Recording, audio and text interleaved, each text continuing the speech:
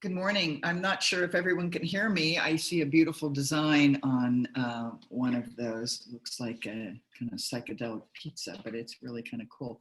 Anyway, my name is Pat Hines. I am the executive director and founder of Safe Moves, and we are the nonprofit organization that is providing traffic safety to the schools in Fremont. And we've been proudly working with them over the last several years. And it's so great to be a partner with Fremont because they do so much for the infrastructure in and around schools, and they're really dedicated to making sure kids who are walking and biking and scooter riding to school are as safe as they possibly can make it. But a lot of that safety is going to come back on us and as parents and educators to make sure that kids have an understanding of the hazards of traffic, but also what they need to do as far as their decision making and how they're getting to and from school. Thanks for joining me. I want to make sure that everyone sticks with me the entire length of the webinar, because at the very end, I'm going to show you how you have a great chance to win a bicycle and helmet. We're going to give away a bike and helmet, and to the parents who participated, we're going to choose a winner after you take a really short quiz. And we'll make sure we get you the bike probably when schools are back in session. That'll probably be the easiest way, but we'll get all your information. At the very end, I'll tell you how you can access the quiz. And if you listen to everything we talk about today, you'll know all the answers to the quiz. It's pretty straightforward. And as a parent myself, I know that I talk to my kids about traffic safety at every opportunity I have. If we're in the car, walking, riding bikes, I constantly talk about traffic safety. And that's what I'm going to try to get across to everyone today, that everything is a teachable moment to remind kids about traffic safety. So I have a short PowerPoint to show you, and then we'll get started with the quiz at the very end. Now, if I can figure out how to get my next picture, I'm going to have my assistant come and help me because I'm unable to get the okay, here we go. So things to remember before we get started. Take a screenshot of the picture of any of the slides so I know that you attended. That's one qualification to enter the contest to win the bicycle. Listen, pay close attention. And again, the last slide is an important one because I'll show you the websites that you're going to go to get the quiz. And we're going to go to the next slide. Now, this information is not designed to scare anyone. It's just trying to get across how dangerous pedestrian safety is and why we have to, our pedestrian injuries are so important for us to avoid. And so some of the data that I'm going to show you kind of gets that point across. But pedestrian injuries are the 5th leading cause of injury-related deaths. So if you think of all the ways that people can get hurt, pedestrians walking, simply walking, is the 5th leading cause. 1 out of every 5 children is killed in a traffic collision. They were pedestrians. Over 69,000 pedestrians were injured in the United States in 2018. 13,000 of those were children 14 years and younger. 4,378 pedestrians were killed in 2018. So that's a huge number. And 43% of the fatalities occurred between the hours of 4 p.m. and 8 p.m. So that means our kids are getting injured and killed after school during those unsupervised times. And that's usually right when everyone's driving home from work. So we're going to talk about ways that we can make that time a little bit safer. But also, it doesn't mean that we don't need to pay attention to the time before and after school, because although the data doesn't show that's the most dangerous time, that is such a crazy time for kids trying to get to and from school when parents are dropping their own kids off. So that's a big danger. And any of us have seen that in front of our schools, the amount of traffic. I also, just to make things a little fun, I wanted to show you how kids get to school around the world. Now, the picture of the kids walking with mom in a park is a nice, comfortable walk. They get a time to talk. They're not near cars. So that's a pretty easy commute. It's not always like that around our schools. Most of us are forced to walk on the sidewalk. And when it gets to crossing busy crosswalks in front of a school, that's a really challenging time. But in other parts of the world, kids are walking across frozen rivers to get to school, dangerous bridges. And I have to tell you, when I show these slides to kids about all the ways that kids get to and from school, they are just thrilled to see how exciting it is to get to school in other parts of the country. But in reality, walking in some of our neighborhoods is just as challenging because of the traffic. Here's some more photographs. Kids zip-lining, walking across a natural bridge, taking a donkey on a cliff, and here's some kids walking on the side of a cliff. Pretty scary stuff. You know, I'm interested in this picture of these girls crossing. I have no idea how high they are, but from the look on their faces, it's probably pretty high up. But so kids have challenges, and these are our challenges. This is what it looks like in front of schools sometimes. So here are the solutions. We educate kids at home and school. The city of Fremont is already doing the education at school. We also provide safe places for kids to walk, ride, and play. That means more parks. That means slower speeds in our community. That means that we're supervising kids. But we need to give them safe places to play so they're not in the street. They're not in areas that are around heavy traffic flow.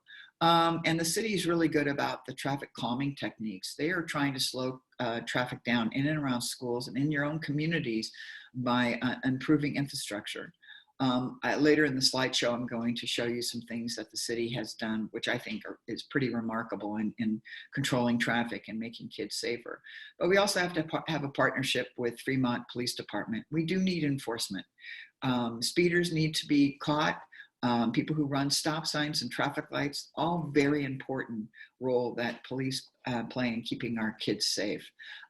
Now I've seen some more people join in. I wanted to remind you to stick it out to the very end of the webinar, because I'm going to show you how you can enter into the contest to win a brand new bike and helmet. And the cool thing is that you can have the bike for yourself, or you can have the bike for your child. So if you're the winner, we'll contact you and you let us know what size bike and who you want the bike for.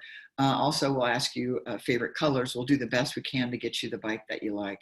I've included some photographs in this particular slide. This is how we educate your kids at school. We set up a little miniature city, and we give them the opportunity to walk through the little mini city so they can experience traffic hazards from their point of view. It's really important to us that kids understand why it's important to look down an alleyway, or to look at a car that's texting, or stop at a stop sign. The little girl in the white shirt, she's looking behind her at that yellow car to make sure that car is not going to turn right in front of her. So telling kids what to do is not as important as having them learn themselves what is the dangers and how they would react to them, and they own it more. It becomes more of an experience for them, so they can react when the real life situations come up. So this gives you an idea of what we do. Here's some more great pictures. One of the biggest dangers that kids have in communities is cars backing out of the driveway. You can see the girls looking at that car. We have trained kids to recognize if there's white lights, I mean the car is moving. And that's, you stop, and we also tell them to stop when you see any kind of car. And I don't know if you can tell, but that man in the blue shirt is on his cell phone. So she's learning that cars and driveways are potentially dangerous to her. Here's some kids at a railroad crossing, learning the value of a crossing gate and how they stop. We also have a traffic sign costume. I don't know if you can see that behind. It's a gigantic traffic sign, stop sign, and the kids love to be hanging around that. The middle picture, the young lady in the red shirt, is my daughter Nora. She's teaching kids the 3 words that we teach to all kids, which is stop, look, and listen at the corner. And that's a really important thing for kids to remember. Those 3 words are just crucial in getting children to remind themselves that stopping at the corner and listening and looking at traffic is really, really important. Here's some more pictures of us educating kids. You can see how interactive the program is. And the more consistent you are with education, the more repetitive you are, and the more fun you make it, kids are going to remember those lessons. And that's been the real value of our program. And one of the reasons we've been successful in Fremont in decreasing the number of death and injuries occurring among elementary school kids. Now, children need to know these things, and this is where your role comes in, and it's a very important one. We make sure that they know they have to ask their parents before they walk anywhere. And this is something you need to remind your kids. They just can't walk out the front door or take any route they want to school. There has to be a discussion and an agreement how they're getting to and from school, so you know where they are at all times. Remind them to use the sidewalks or walking paths.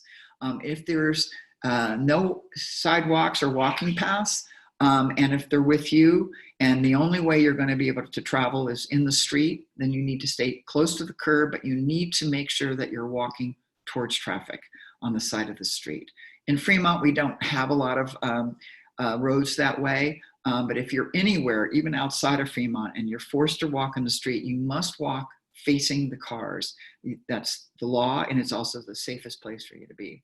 Really important to watch for cars turning and pulling out of driveways, also parking lots at grocery stores. And it's our belief that kids under 10 are really not capable of walking to and from school by themselves. Now, you may feel that they're educated enough, but I would still recommend that you either coordinate a way they can walk with other kids. I think kids are safer together than they are walking alone. Kids under 10, if there are no other kids to walk to school with, they should walk with you or an older responsible child. But anyone under 10 walking on the sidewalk to and from school, it's just not a safe decision to make as parents.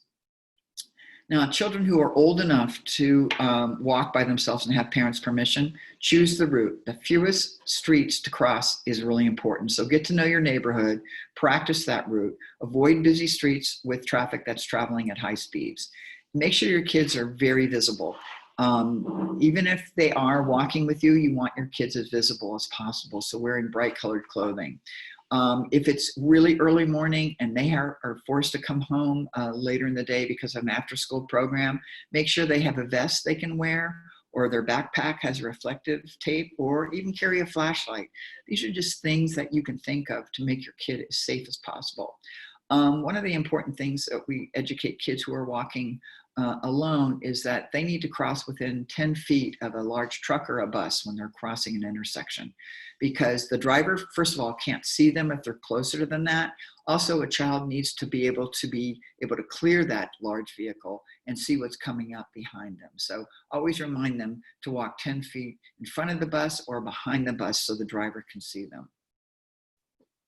Children who are old enough, again, here's some more things: stopping at the edge of driveways and curbs and streets. If there's no curbs, they need to stay away from the street as much as possible before they cross. Watch for parked vehicles, maybe getting ready to back up, pull in. We went through that with the other kids. Before crossing, they look for all vehicles. And they cross, even if they have a crossing guard, they still need to be looking for cars. We don't want our kids to say, oh, there's a crossing guard, I'm just going to walk across the street. It's really important that they pay attention to their adult and also the crossing guard. We don't run across the street, we walk. We don't cross mid-block. This is a major concern I have. A lot of kids will say, well, school's right there, so why don't I just cross right here? And mom dropped me off here, why don't I just cross in the middle of the street? Well, cars aren't looking for you to cross in the middle of the street. So we explain to kids that you have to go to the corner. You crossing mid-block is you're coming out between parked cars, and cars will not be able to stop in time, and it's incredibly dangerous. When they cross at the intersection, they obey the traffic signs, and when the light is green, they still check for vehicles. They look for cars coming left, right, in front of them, and behind them. So they look all four ways, and they keep watching for traffic as they're crossing. I'm guilty of this sometimes too. I'll look all four ways, and then when I'm crossing, I will just be looking straight ahead. You need to scan traffic at all times when you're walking across the street, and it's a skill that you need to remind your kids of as well. Now, our role in keeping kids safe. We as parents have to obey all traffic signs and signals. We think the kids aren't paying attention to our behavior, but they are, and they learn by our behavior. So if they see you in the car running a traffic light or turning on a stop sign without stopping, they they take that action as something that's acceptable. So it's really important as parents that we practice safe behavior by obeying traffic signs, looking all four ways, looking at alleyways, parking lot entrances, all those things when you're walking, and use every one of those instances as a teaching moment. Never talk while you're texting, or don't talk on the phone while you're walking. Kids will pick up that behavior, and plus you're not being able to see what's happening around you. And I know some of us have to make phone calls, and the best thing to do is just stop, move out of the way, and off the sidewalk, and make your call and make your child stay with you. Don't walk with headphones or earbuds in your ears. That's really dangerous because you can't see the cars going. Engage your child in pointing out the different hazards and discuss safe action. I know they're going to roll their eyes after you said it 10 times, but you can never say it enough. And you can do it in a really fun way and have kids recognize some of the dangerous things while you're walking. Have them point things out. Practice making eye contact with the drivers. And although your child might be smaller than you, it may be difficult, get them in the habit of trying to make eye contact with the drivers. Really important. And again, plan and discuss the safest route to school and other destination, whether it's going to a friend's house, the library, or to the park. So you knowing where your child is at all times is really, really important. And then you'll know the behavior of some of the drivers, and you'll know what to focus on when you're talking about traffic safety. Drive the speed limit when you're driving. Obey pick up and drop off procedures at school if you drive your child. Now, here's the important thing. You need to yield to all pedestrians in the crosswalk. So many times when I've been at schools, I see a lot of parents who will literally come within inches of kids who are crossing in the crosswalk. It is against the law for us as drivers to enter into that crosswalk when pedestrians are in the crosswalk. So we're just going to have to be patient and let everyone get across the street. Avoid double parking and stopping in the crosswalks or parking in neighbors' driveways, and especially don't park in the teacher parking lot. This is basically a message to parents who just insist on driving their kids to school. Those of you that are here at the webinar, I think you have a commitment that you want your kids to be able to walk or bike to school, and just learning about general traffic safety. But some of us know parents at our schools are just some of the worst drivers, and they're just not really being safe around their own children, let alone our children. So it's really important that the parents that we really need to reach, who are the drivers, really understand what is at risk. Really important for the drivers to be watching kids walking to school when they're backing out of the driveway. Cars backing out of the driveway is the leading cause of death of kids under 5 years old. Now, those kids may not be walking to school. Usually they're playing behind a parked car. And if a parent comes out of the car and comes out of the house and forgets to look behind her car or his car, there's a chances that a child could get seriously hurt. Don't drive distracted. It's so funny. We'll talk to kids in all grade levels as young as kindergarten, and we ask them, how many of your parents use the phone, eat, and put makeup when they're driving the car? And 90% of them raise their hands. So it's just a dangerous habit to get into. You take your eyes off the road for 5 seconds, you've traveled the length of a football field not watching for traffic. So driving distracted is so dangerous. And also be respectful for other drivers and bicyclists and pedestrians. They can try your patience, no doubt, but try to hold your temper and let your kids know, oh, that driver really did something unsafe, or that bicyclist really did something unsafe. And oh my gosh, look what that pedestrian did. And it'll help you keep your temper. And I know it's hard because some people do the most outrageous things. And kids are really good at pointing that out to you as well. Now, the Fremont program, the city of Fremont and their transportation department has done some pretty incredible things. Now, this is a lot of information, but I wanted to kind of go through it quickly so you know how committed your city is. But that doesn't mean there aren't things that need improvement. So I really invite you, if you see something that needs their attention, call them. They're very responsive. And whether it's in your community or other communities or around your school, just pick up the phone and call them and explain what you think is a problem. And they will get back to you on this. And they're terrific partners in keeping our kids safe. But the city of Fremont has done site assessments at all 42 public schools in 2016 and between 2018. That means they have gone out there and they've watched traffic. They've watched behavior of drivers. They've watched the speed, the traffic flow, trying to assess what are the important things that need to be improved. They also made a partnership with the Fremont Unified School District. And believe me, this doesn't happen in every city. Oftentimes the city and the school districts don't quite get along. But the city of Fremont and Fremont Unified School District are really working together to improve the school community to make it safer. Now, the short-term recommendations at all schools, they'll be making those between 2018 and 2020. So those are being done now. And the city is focusing on school locations for major capital projects. That means major infrastructure changes. Now, as far as education